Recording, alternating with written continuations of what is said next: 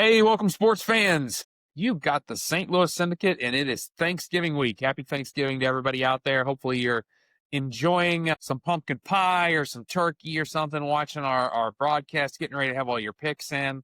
We're trying to do it a day earlier this week. Brandon, you got any crazy Thanksgiving plans? Making pastrami for the first time ever. Really? As a second meat. Yeah, yeah. Nicole always makes a turkey, and I've been smoking a turkey, a second Yeah. turkey, for a couple of years and decided, let's mix it up. I saw a nice video of somebody making pastrami and went like, "Oh, we should try that." A So pastrami. I've got I've got a brisket flat that's Yeah. been brining basically for about 122 hours at this point. So tomorrow night, wash that off, get it on the smoker, and we're gonna figure out if I can make pastrami. How long do you have to actually cook it on the smoker? I mean, brisket's crazy, right? To cook a brisket the right Yeah. way, I mean, it's like So it stalls like I twice with all kind of crazy shit. yeah. Well, I bought a whole brisket last week because this thing needed to brine for 6 or 7 days. So you only do the flat for pastrami. So I took the point and last Friday smoked the the point or smoked it for 14 hours and then let it rest wrapped up in a towel inside of a tote for like 9 hours. And it came out pretty great. Everybody was pretty happy with it. Wow. So I definitely, got to get a little better with kind of the idea is to like wrap it to kind of almost shaped like a football so Yeah. that it's nice and smooth so the smoke can kind of aerodynamically flow around it. I'm not super good with a giant knife yet. So I definitely had some edges to mine. So the next time we're going to get a little better at that. But nice smoke ring, nice Yeah. cook, cooked it all through the night. Only had to get up twice in the middle of the night. So that worked out pretty good. So hopefully run some pastrami, you know, hopefully only have to get up twice in the middle of the night tomorrow night and check on that. And then, hopefully have some leftover brisket, some pastrami, and a nice turkey on Thanksgiving. Well, that'd be You guys fantastic. doing anything of note? We usually just have some people over to the house. We've hosted at our house since our kids were born. So going on 20 Yeah. years. Family usually rotates around us. We are consistent, and then they kind of come in and out and around. And, like my dad won't be in this year. My mom won't come in this year, but then like next year they'll come in, and then like Trisha's family's in town. So we'll do some things. The kids, Danielle's back from college, so that's good. Having her back is always fun. And Yeah. then I have always tried to smoke a turkey as well, and then I kind of get hell about it because people like the turkey that's smoked outside, and it's not the one that's cooked inside. So I don't do that anymore for obvious reasons. Yeah. Yeah. Luckily, with mine, with the smoke of the turkey, it has always taken so long that, like, it's usually a for dinner treat is what it ends up being most years.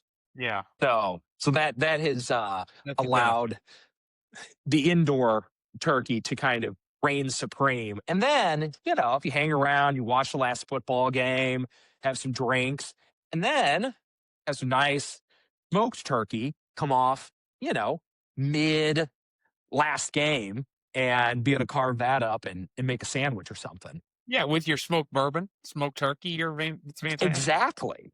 Kind of all works together. Well, we got a lot of football, and it's some good football. Yes.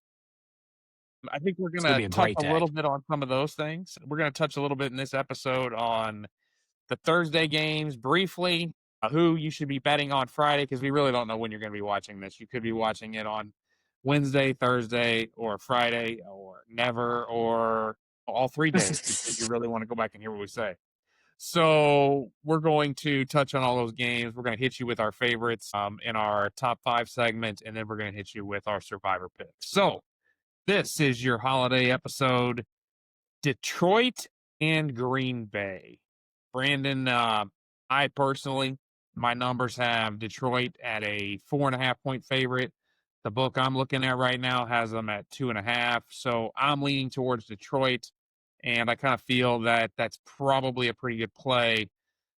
With Detroit coming home and Green Bay kind of still being a little questioning as to who they are. But that being said, Detroit flubbled around last week with Jameis Winston. So flubble, that's a word. What do you have as far as your spread goes? I'm very torn. I have them as even teams with no home field advantage. So it leans me towards taking the points. Don't really believe in either team. I happen to believe a little more in the weapons on the Detroit side, which Yeah. makes me a little worrisome of, you know, only getting 2.5 with Green Bay, but I probably will just end up taking the 2.5 in this scenario and just hoping that it's a real close game. Yeah, absolutely. I think that's a fun way to look at it. I think that it shouldn't be too bad. And it's the first one, right? This is when we're just having our Yeah. mimosa, first early drinks. You don't want to get too worked up too early. So Yeah. make sure you don't Haven't put a switched over whole, to brown liquor yet. not a whole lot of heavy money here. Maybe a light spritzer or something early. Yeah. Yeah. Eric told me he Yes. liked spritzers. So whatever. Yeah. Drinks you can still see through, that Yeah, sort of thing. that's a good thing. So the next game is, of course, the game of the week. Kansas City in Dallas. Kansas City coming off of a nice close win against Indianapolis. Dallas coming Yep. off of a hard-fought battle against Philly. Both teams are basically playing for their seasons. One more loss on both sides, and it's probably up in smoke. Yeah. There's always that outside chance, but I think that the sixth loss for either is not good. Kansas City's really feeling the pressure right now, and they have to travel. Dallas feels a little bit more like an appropriate play, sitting at home, always comfortable with the Thanksgiving Day game. Though the good news for Kansas City is they've played on holidays. A lot of times they catch the evening Thanksgiving game. They always seem to catch a Christmas game. So, they're not a strangers to playing on the holiday. The big thing here is the hook, right? It's Dallas at home as a dog plus 3.5. And we like home dogs. Me personally, I have Dallas favored by 1.5 points in this game. And I see no reason why the combination of Dak and CD and Mr. Pickens running around like wildfire is not going to continue this week, even though we, as a Kansas City fan, we know Spagnuolo's defense can definitely dial up some pressure. I personally do not believe that the Kansas City Chiefs defense can dial up as much pressure as Dak faced last week against that Eagles defense and their front four. So it may be more of the same where it's a challenge, but I don't think it's going to be anything surprising to him or more difficult to manage, and he handled it just fine. It will be difficult to beat the officials and the Chiefs, so hopefully it's a fairly ref game. But Don't we start will that. we will see. We don't wanna feed Twitter. Like, Got to start that early. If I start yeah. lobbying for it now, maybe some official will hear our podcast and be like, "Oh, that guy in St. Louis, the Syndicate guy. He said I got to pay attention to what I'm calling." Yeah, probably not. Right. So anyway, I'm gonna be all over Dallas. I'll probably end up putting big points on it, big bucks on it. But why don't you talk me off that point?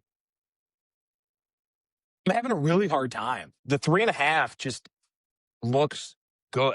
I have a 3.3 spread between the teams without home field advantage, which should make Dallas even shorter than that. Yeah, And there's a lot of numbers out there. I kind of forgot about this when we were talking earlier that uh, play into overtime and then go on the road. Really bad win loss against the spread numbers. yeah, So the Chiefs are in a really rough spot. Like obviously, they're favorites, so they can still win and not cover. And I think that that kind of has to be where they land because, yeah, like you said, whoever takes the loss is going to be in a really rough spot. Yeah. And, to start the season, Dallas was kind of the one that everybody looked at with them shipping Parsons away as, okay, they're probably playing for the future. Well, that kind of works into that narrative, but I have a real hard time going, I think KC on the road trying to win with margin. I'm I I'm looking for any reason because 84% of the money right now against 70% of the bets are on Dallas, and they're not moving the line. They just leave the line. It's been 3.5 forever, and we're just mowing along. And Vegas is just leaving it there and going, just keep betting it, which always worries me. But I don't know what the argument other than just like, hey, Mahomes will figure it out and Spagnuolo will get pressure on Dak, and before he can get it out to his two world-class wide receivers, like, yeah, all that could happen, but like, Yeah, I'm more worried why about would they Vegas still not not keep moving it that with? number. Yeah, like I don't know what the narrative argument is for that not working out. So I am probably going to end up on the Dallas side as much as, you worry a team having a huge win like that, then coming back to earth in some fashion. But Dallas always plays on Thanksgiving. Like that's part of being a Cowboy is being up for this game. So Yeah, I think you just have to take the 3.5 points. yeah. I mean, take the home dog here. And if things aren't going well for you, remember, I mean, a lot of people eat at halftime of the Cowboys game. I know. I mean, if you don't, you should, because then you've moved on from your light colored beverages, whether it's vodka, spritzer, Uh-huh. into a traditional, maybe even through the red wine or the white wine and rosé into the red wine. And then when you get into settle in for the second half, you can sit down with your first dark liquor, or maybe a tequila Yeah, because to spice things up, just to sure. it's Texas, have a little tequila and spice it up a little bit there. So you should be able to pair your second half with some heavier liquor if you need to, if you're losing. Yeah, it feels like it's going to be one of those nail biters. So hopefully we at least get good games out of this. Hopefully it's good. So the next one is a no-brainer, right? Baltimore, 7.5. They've been rolling people the last 5, right? You're all over the favorite here, Brandon? Boy, I died. I obviously hate the number, right? And if Burrow's going to play, I'm taking the hook. Yeah. They're in division. Um, these are always just haymaker games. Even with Higgins and Hendrickson already being ruled out, if Burrow's going to play, I'm going to take the 7.5 points.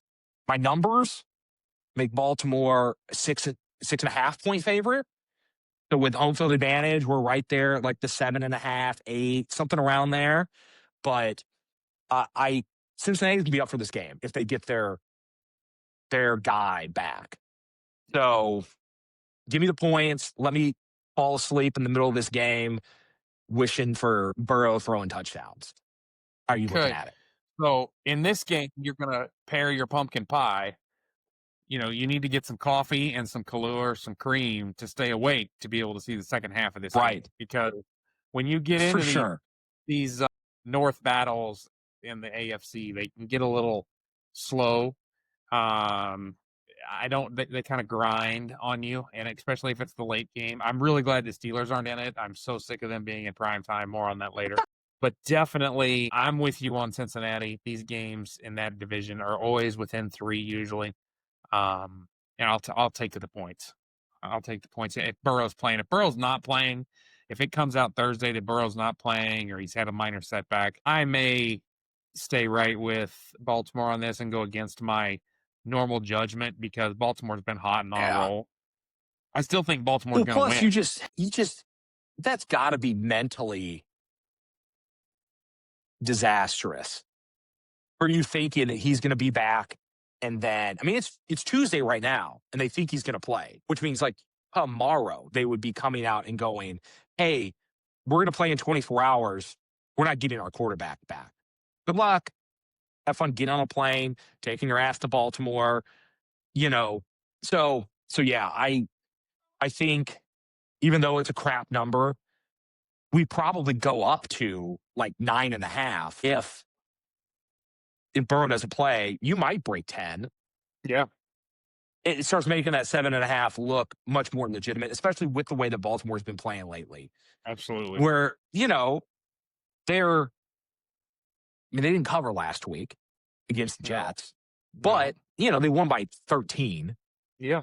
So, that's still a healthy margin, even though they were supposed to win by 13.5. So, I mean, you know, you always it'll want keep it the hook. interesting either Didn't get way. it last week. That Right. Yeah. hook. It's everybody wants the hook. Right. So I like that. Let's jump ahead. We can touch on every game. We're probably not gonna this week. We'll touch on some Yeah. of our favorites. Let's pounce over and see what do you make of Houston, man? Houston just pretty much lambasted me last week. They're going to be coming off of a little mini bye. They played on Thursday, so they've got an extended period of time, and they're playing a Colts team who just came off an overtime loss, kind of crushing. And really, how is Indy going to respond? What are your thoughts here? Indy's favored I by love this a 4. ton. Yeah. Yeah. I have Indy favored by 1.3 points. Okay. So I want the 4.5. I want in the Sandman contests at locked at 3.5. That works even. I love Houston here. I think that we are watching this Daniel Jones led offense come back to earth. Yes. And Houston figuring out how to play within themselves with their offense to move the ball as much as they need to, score, get some points, let their defense do their job. And I think this is a perfect spot with, look, Indy gets to go home and play, but they played a whole extra quarter as well last Sunday. Yeah. So yeah, they get to sleep in their own bed, they get to have Thanksgiving at home, yada yada yada. But Houston gets to go in there and take that number 1 or number 3 defense there and put pressure on Jones, much after getting to watch the tape of what Spagnuolo did last Sunday Yeah. to just shut them down in the second half. And Yeah. so I think this is a clear spot to grab the 3.5, grab the 4.5, and sit on that. How are you looking at it? I like Houston as well, and probably the biggest thing that shocked me was it being on Thursday night. It was a home game for them. They were playing passionately, but they had a team that I considered a Super Bowl contender baffled the entire game. I've never seen Josh Allen look so frustrated in a football game. Normally he's calm, cool, collected. Normally he is like, all right, hey, these things happen. We get some sacks. We get, sometimes we have a negative play. Literally, he was on the sidelines and he looked like he'd lost his dog. He's like, what the fuck Yeah. is going on around here? People were coming up to him and talking to him, and he's going, I don't know, where were you?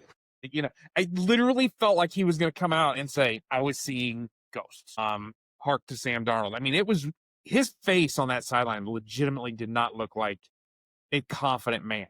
And I'm telling you that I have no idea why. Maybe I just have not watched enough Houston games and all the quarterbacks look like that. But I can't imagine Daniel Jones is not going to have some similar feelings after this Houston defense just runs him up and down the field. Yeah. Yeah, I tend to agree. I think that the shot that Indy has is if they can get the run game going and put the pass rush on their heels a little bit. But even if they're able to do that some, Yeah. they got to win with margin. Yeah. They can't squeak by winning by 2 or 3. And so I think that this is in a really good spot to get that worked out. Yep. I agree with that. All right. Bounce ahead, maybe to some afternoon contest games. Minnesota makes the trip to Seattle. Seattle didn't look super healthy last week against Tennessee. I've felt strongly about Seattle as they've grown each week in the season. I kind of expected them to just bury Tennessee. Part of that may be we're starting to see a little bit of the development of Cam Ward. We're starting to see a little bit of marked improvement. It seemed like every time I looked up, Tennessee had the ball in the red zone, and Seattle's defense wasn't as strangling as they've been in the past. On the other hand, this is J.J. McCarthy. He's having to come to the site of the 12th man, and I anticipate Seattle to really roll here. I don't like that I'm the wrong side of the hook in this one. I'm at the 10.5 for one of our pools. I Yeah. don't know where we're at in Sandman. Is this the one we're at 8.5? 8.5. Yeah, Yeah. 8.5. We're in a good spot with Sandman, at least for the way that I'm looking at it. Yeah. Getting, I'm an taking you're extra on the 2 same points. thoughts there. Yeah. Yeah. I think that they had to play a tough game in LA. And, Darnold didn't do himself any favors. But that defense played a hard game trying to slow down Stafford and the boys. And then they had to go get on the road, go to Tennessee. Now they get to come back, be at home. We've now watched 3 weeks in a row of McCarthy seemingly not really making any steps forward. Yeah. It's one thing to come in and go, hey, you're coming off an injury. You're pretty bad. You do a little better. You do a little better. And it puts that fear in your head that, like, oh, okay, everything's going to click. It doesn't seem to be clicking. It's not clicking. It doesn't, it seems like, hey, we played 3 straight games and we didn't get anywhere here. So, yeah, I feel even at the 10.5, I make it 10.6 with my numbers. Yeah. Without home field advantage. Seattle does, usually have a pretty significant home field advantage on top of that. And so, as much as I don't like laying double-digit points, I think this is the perfect spot for Darnold to put it to his last team, Seattle's defense to regroup themselves and feast on McCarthy. And that this is one of those late window games that you end up just watching the other 2 games. Agreed. Yeah, I like that thought process. Okay. Let's bounce through one more that is kind of interesting. I'm just not sure about these guys, right? Are they are they fake? Are they real? We know they've got a good coach, and we know they've got a good defense. Denver and Washington. Denver right now, I'm showing as a 6.5 point favorite going into Commanderland. What do you have? Mine's way skewed. I'm making Yeah, them like a 12.4 point favorite. So my numbers are loving Denver. They're actually really not liking Washington when it comes down to it. I've got Washington as like bottom 5 team, basically. So yeah, that definitely for me, with everything locking at 6.5, I don't like Denver's offense, but I can't really explain yeah, how they were able to create so much space against the Chiefs and then go play a marketably less impressive team and yeah. go, aren't these guys just going to get open again? Washington Right, doesn't have a killer secondary. right. So it kind of leads me the direction of you're coming off a bye. I don't really know where else to put that when it comes down to it for me. Where's your head at with it? Yeah, no, I agree. It's a difficult one for me to gauge. I like Denver coming off the bye because I like them coming with the rest. I like that they're coming off of a positive. I do not like them traveling, but they are the late game on Sunday, so that's not like it's an early morning game or something like that that's going to screw with them. Right. It is a primetime game. Washington's going to be up, right? They're not going to want to lose at home on a primetime in a primetime game. 6.5 feels like a lot. I probably need to look and see what has Denver been covering by lately. I don't know if I've paid too much attention to their overall schedule. but I think maybe I should. Let's go see what Denver has been margin by. So they beat Kansas City by 3. They beat Vegas by 3. They beat Houston by 3. They beat Dallas by 20. They beat the Giants by 1. They beat the Jets by 2. They beat Philly by 4. Cincy, they beat by a significant 25. And then they lost, and then they won by 8. Recency bias says in their last three games, throw the Dallas anomaly out where they just rolled Dallas. Yeah. 1, 2, 3, 4, 5. They're not winning by margin. That makes me nervous. It makes me significantly nervous because they didn't beat Vegas by margin. Houston, I can see, right? We've seen that defense. That could be an issue. Uh-huh. You know, the fact that Bo Nix beat them, kudos to that kid, right? Yeah. They beat the Giants by 1, but that's when the Giants were kind of in the middle of their rolling there with Cam and Jackson, and they were just starting to feel their oats a little bit, so that's good. Why didn't they beat the Jets by more than 2?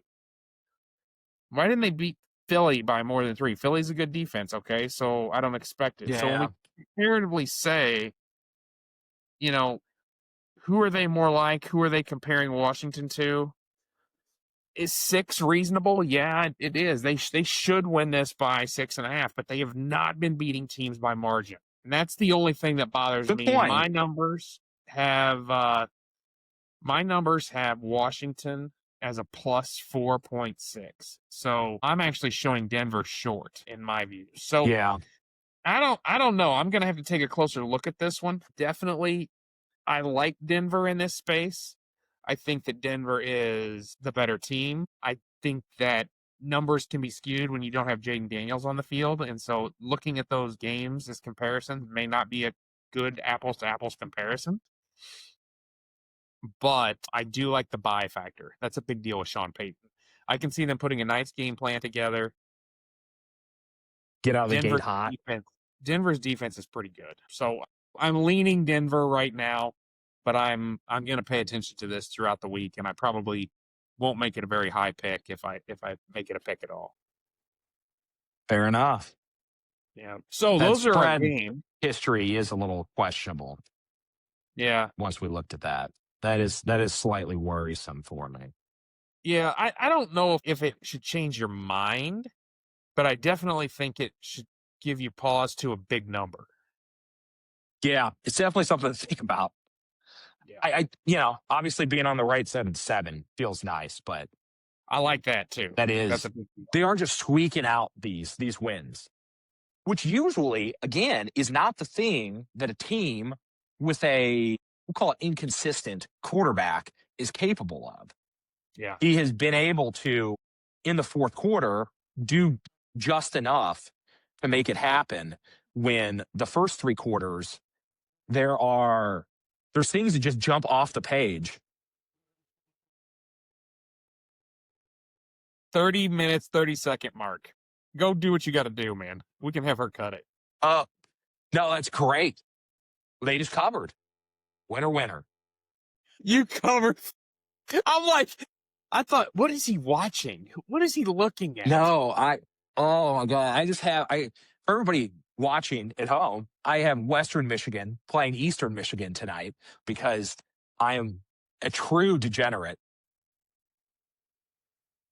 But Western Michigan locked in at 6.5 point favorites, and the over-under locked at 45.5. And so at time of the game start, it was 10 and like 49 or 49.5. So I needed that over. So as long as Eastern Michigan doesn't score again, Western Michigan gets the ball back, kills the clock, they're going to win. They're going to be up by at least 10. They're going for 2 right now. But yeah, that was a nice little college football break. Oh God, that cracks me up, dude, because your eyes kept shifting and you were talking like you were following the conversation, but I could tell. I'm like, okay, so either his dog is taking a dump on the carpet, either that his wife or kid are looking at him and trying to get his attention, or something's happening. Unfortunately, I need a TV mounted behind the bar or something Yeah. because I only have my setup that's kind of over my shoulder the other direction. So I just on a small TV had the game running just to make sure that we get there. So yeah, we made it. Hopefully, now we just need to kill 2.5 minutes worth of game time. So good luck to everybody else that decided to do that this evening. Well, that's fantastic, man. Well, that's good. So we had a little commercial break for college football spinoff. Yeah, We'll bounce back over now. Now that you've covered part of it, yeah, we'll bounce over and take a look at our top five. Um, our power five in the syndicate. We had quite the debate on this today. This is more around, you know, who's our top 10 to 12 realistically. Now, obviously, we've got our funny shit up here to deal with, but yeah, taking a look, I mean, there's those Broncos that we talk about, right? We just talked about them. yeah. Shouldn't a Power Five team really be taking care of business here? And I don't even have the Commanders on here. I would say they're in the free falling category as well. Yeah. But honestly, the Broncos are one of our top five right now. So are they playing like it? Yeah, I guess. I mean, they're winning. Yeah, it's hard to take a team off of that top five on a bye week coming out of beating Kansas City. So it's just it's a tough one. As Yeah, much as I keep saying I don't believe in Bo Nix, I'm stuck going, well, here they are. yeah, These are the wins they got over the teams that they beat. Like, I guess this is what it's got to be. yeah, So yeah, we can see obviously we're a little NFC West heavy, but those teams are playing out of their mind. Two of those teams, the last games that those teams played, um, I guess Seattle did play in Tennessee, but we've had a little interception itis going on yeah, with the Niners and the Seahawks, but they figured out how to win. And for the Niners, covered against Carolina, throwing 3 picks in the first half. As yeah. much That's as it crazy. seems like that defense is decimated, they figure out a way to not only hold the line on the win, but get the cover. So I have a hard time taking any of those guys and moving them down when I look at what's below them. I got a hard time believing in them consistently and just go, yeah, you can just set it and forget it on any of those teams in those next basically 3 tiers is basically where my eyes kind of go is that, you could kind of shift some of those guys around all over the place in those next, what is that, 13 teams. Yeah, Yeah, the Giants are probably dead. Miami's probably really dead. But the rest of them, and maybe Cleveland, we're having a little fun with Cleveland with them coming through for us on Sunday. That was my big, lean was I think Cleveland goes out there and gives it to Vegas. So that wasn't so just the that turned out anti-Chad, good. right? That was the Yeah. anti-Chad. Yeah. That brings up a good point. Chad stood here last week and called the Dallas win. So that was something. I got He several did. texts about that throughout the afternoon. No, that was impressive. He also called the Raiders win. Well, sure. Yeah. But, hey, he's not a professional. Let's He's 1-1. I would be focusing on the one that I hit if it was me. If I came in and took a team that was pretty middling against the defending champs, Yeah, I'd be touting that quite a bit this I week. like it. I like it. That's pretty good. Yeah. No, he counted it pretty good. Yeah, we've got Cleveland on there. Look out, right? Shador named quarterback second week. I don't know what Primetime's going to do. Is he going to stay in Colorado or is he going to follow his son around now and be super fan? But it'll be kind of fun to watch. And actually, it was interesting. We were mentioning before we started recording. Miles Garrett looked genuinely happy. Like, oh my God, I'm gonna get to eat quarterbacks and maybe get a win or two because this kid Yeah. over there playing quarterback might give us a chance to win a ball game. Yeah. Makes So it much more enjoyable to put in all of that effort and yeah, maybe get something on top of just what seems like a single season sack record is probably where we're headed here, unless absolutely. he just really falls apart. Who was it? So speaking of top five, so last note here, and then we'll move on to our survivor picks. I just saw a fantastic stat. The all-time leading receiver for the Seattle Seahawks in a single season Yeah. is now Jackson Smith and Jigba this year. Yeah. And he did it in 11 games or 12 games. Uh-huh. That's DK Metcalf, Steve Largent, Tyler Lockett, dozens of great receivers Yeah. through 16 games have not touched what Yeah. he did in 12. So kudos to JSN, man. That's pretty cool. Yeah. He's chasing down Megatron, right? Like, I think I heard today the number was he needs like 166 yards a game for the rest of the season to catch Megatron. Really? And set the single season record. That'll be tough.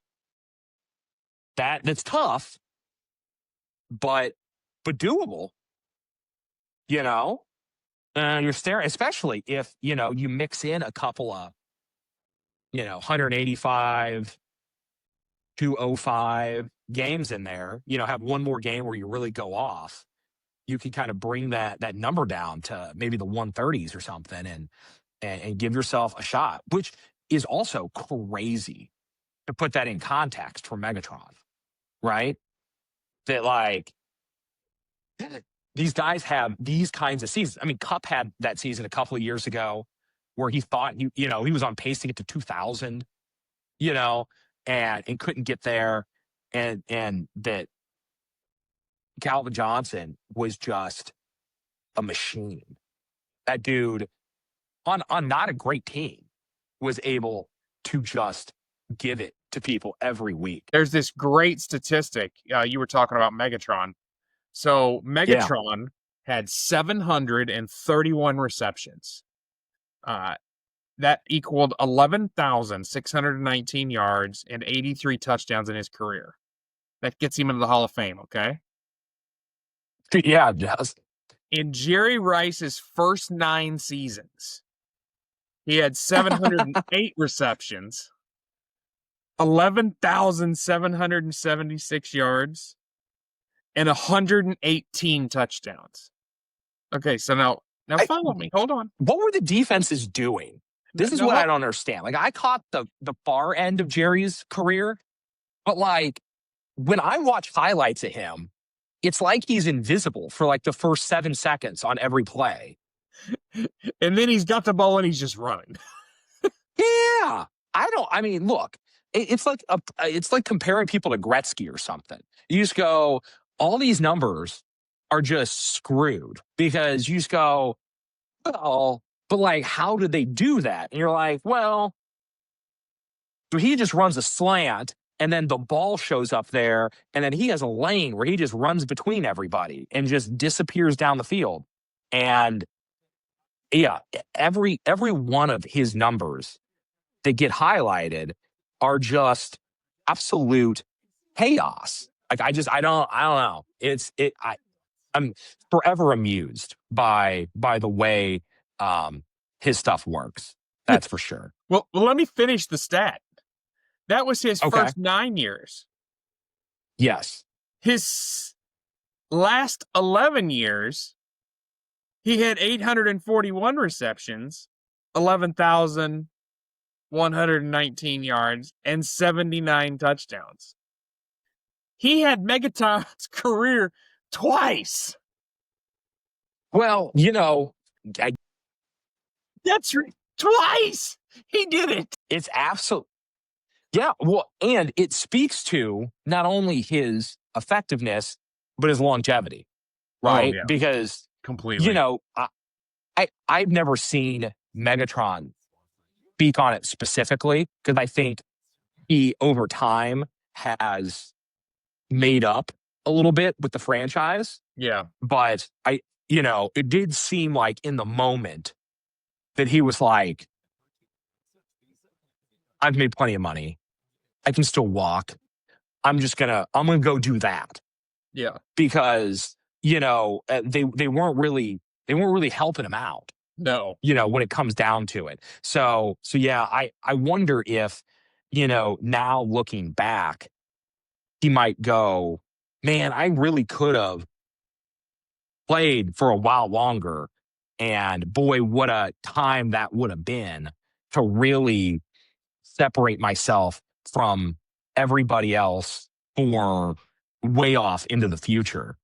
Um, but like you said, still a Hall of Fame career. Oh yeah. So, Tremendous. it is what it is. Tremendous. Yeah. Well, all right, Brandon, that wraps that up. That segment. We stopped and digressed a little bit on a couple of Hall of Famers, but that's all right. We'll bounce Yeah. into Survivor. Our Survivor picks are on the board. We are 37-12. We did pretty good last week. We did not put Chad's in our record because that's not our record.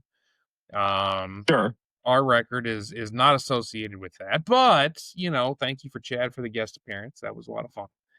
37 and Yeah. 12 as it goes. Our top play this week is not the St. Louis Ram, but those Los Angeles Rams. Absolutely. Rams Yeah. have They, Carolina this week. They're at Carolina. They're one of those powerful teams going right now. Carolina just didn't get it done against San Francisco. They had many opportunities with the interceptions. I just don't see any reason why the Rams would not survive and advance this week. You? no, yeah, it makes it real hard to try to conjure up a way that this doesn't work out for them with the way their defense has been playing. Yep. But Agreed. when you got to go on the road and you have, um, you know, I guess the argument would be last week's game wasn't that difficult when it came down to it. They kind of stepped on Tampa's neck. So this feels like what should be the top play for sure. Yeah, absolutely. And then talking about if you don't like a road team, if you want a team that's at home, our safe play Right. then would be Seattle. And you kind of touched on them earlier. Yeah, I think that they've got enough firepower to cover the double digit spread, and they're at home, and they're playing a Minnesota team that is not being very consistent. So it leads me in the direction of that this is real safe. Now, the one thing to bring up, right, is that the Rams in Seattle have been useful plays several times this year. So you could very well, if you're still alive, be sitting there going, I've already used both of these. Yeah. So then what do I do? Yeah. I think we got that covered too. That's our next one, right? How about our I risk feel like reward it. play? Our risk reward play is very valuable and chock full of good information. I bet many of you have not used the Miami Dolphins to date. Now, the Dolphins are a low percentage. They're only 67% chance to win, but they're playing one of our favorite teams, the New Orleans Saints. Brandon, why am I going to risk my season in week 13 on the Dolphins? It's definitely risky, right? Like it's one of those ones where we've had plenty of times where we've looked at Miami and said, this is what should happen. And they go out there, fumble around, and screw it up. But we've had a couple of weeks of them playing much better. They're at home. New Orleans just fell apart playing Atlanta. And this is the last chance to play Miami. Yep. If you think, hey, it would be nice to be able to use them, I got to play maybe 18. If you play in one of the contests where you got to play a Thanksgiving and a Christmas, you have to get to 20 teams. Yeah. If Miami is in your top 18 or 20 and you need a spot to play them and you haven't played them yet, this is kind of your shot to protect some of the other top teams that you have left and take a shot. Again, especially if you have multiple entries still alive. This is a good spot to go, hey, let me take maybe a Rams or a Seahawks or Chargers or New England, and then put one of my entries on Miami and see if we can squeak both of them by. So, that's kind of where my head ends up with them. Yep. Totally agree. Totally agree. So our plays then, Brandon. The Even with the Chargers Chargers. and the Dolphins. I think Yeah. you're on the Chargers, so let's hear about it. Yeah, they're at home. Not in love with the Chargers, what they've been able to do, but Vegas is bad. Bad. The risk is that they sent Chip Kelly packing. They're gonna have a new offensive coordinator in there. I don't know how much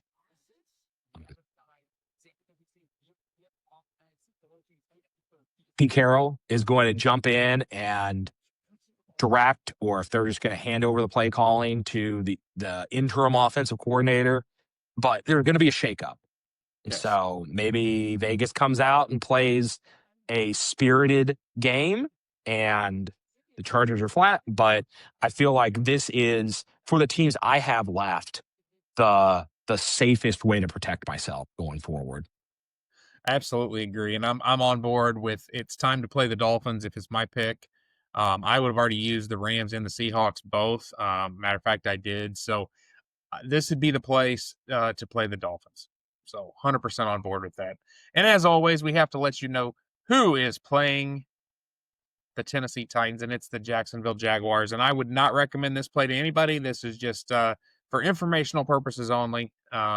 Remembering to Right. call 1-800-BETS-OFF if you have a gambling problem and feel you need to play the Chargers in this situation. So, Jacksonville.